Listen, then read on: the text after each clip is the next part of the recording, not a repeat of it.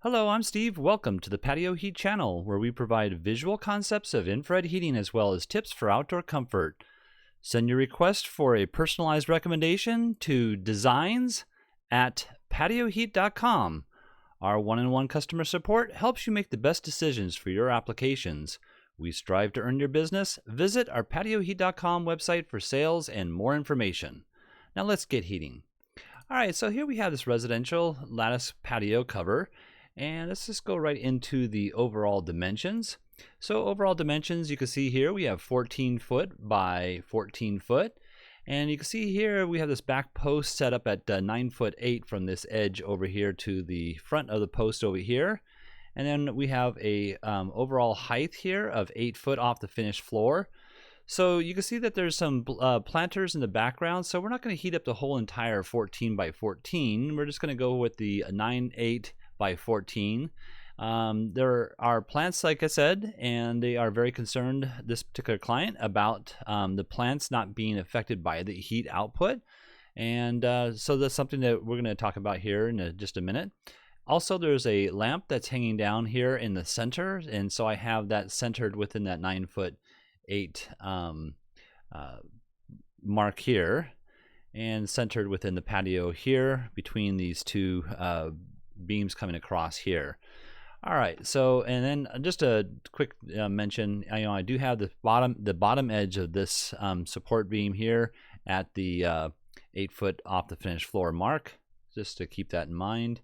And let's go ahead and turn that off, and we're going to go right into just one simple option.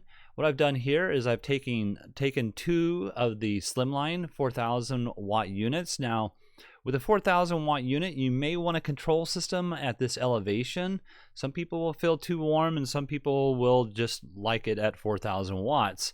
If you're the type of person that likes it a little bit cooler and not too much heat, then maybe even a 3,000 watt would be ideal for you. So, again, though, the heater itself is going to be, if this is the proper elevation, I have this beam here at 8 inches tall. So if it's 8 foot off the ground from this edge here down to the finished floor, this is going to be at 8 foot off the finished floor as well.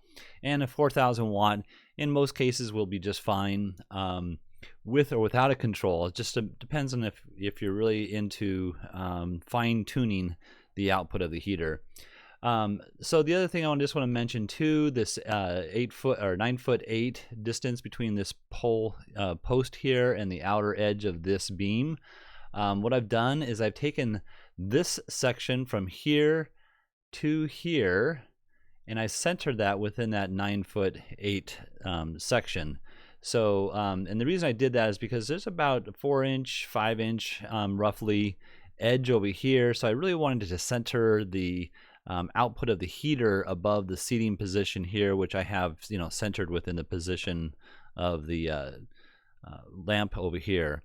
Again, so I've taken the heater here, and from the center point of this patio structure, I moved it over 3 feet. And then the same from over here, from here to this center of the heater itself, 3 feet over. The other thing you can see that we have lattice work on top, but also I just placed these as 1.5 by 1.5 inch cross members here. And what I wanted to mention is the fact that you can take the mounting brackets on a Slimline, and there's a channel right here located that goes the whole length of the heater itself. And you can move this bracket from left to right. Now, there is a maximum and minimum that you can move it to, but that may make it very easy to mount it on an existing beam coming across here. So you could just simply, move this to where you might need it. So let's just say it's right around here.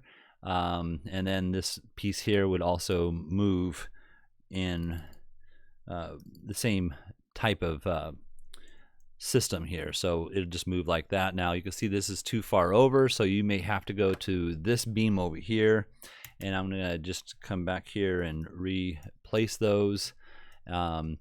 And what I wanted to mention too is if this does not work out and it doesn't work out to where you can place the heater centrally within that 9'8" section, then maybe simply just taking another 1.5 by 1.5 section of wood here and placing it across right where you'd like to have that bracket mounted. So just bear that in mind. Also, just to note that the clearance above the heater is 6 inches. So in fact, you can see here with this beam coming across here, it's important that that mount is on the bottom edge of these beams and not on the lattice work itself, because you need to make sure that you have that 6 inches of clearance above the heater. Down below, you have 18 inches to the left and right, and then you have front and back 18 inches, 18 inches, and then also 36 inches down below, so no combustible materials in this range over here. All right, so let's go ahead and turn that off and go ahead and look at the footprint of heat. And now the footprint of heat is going to be similar for both the 3000 watt and this 4000 watt unit. The only difference is the intensity. So obviously the footprint will be about the same, it just won't be as hot compared on the two of them. So just bear that in mind. But I would probably personally recommend the 4000 watt at this elevation, 8 foot off the ground. That's probably where I would sit more comfortable. And in any case, you can see the footprint of heat. It's roughly about an 11.5, 12 foot throw this direction here, and then about 10 foot section this direction here.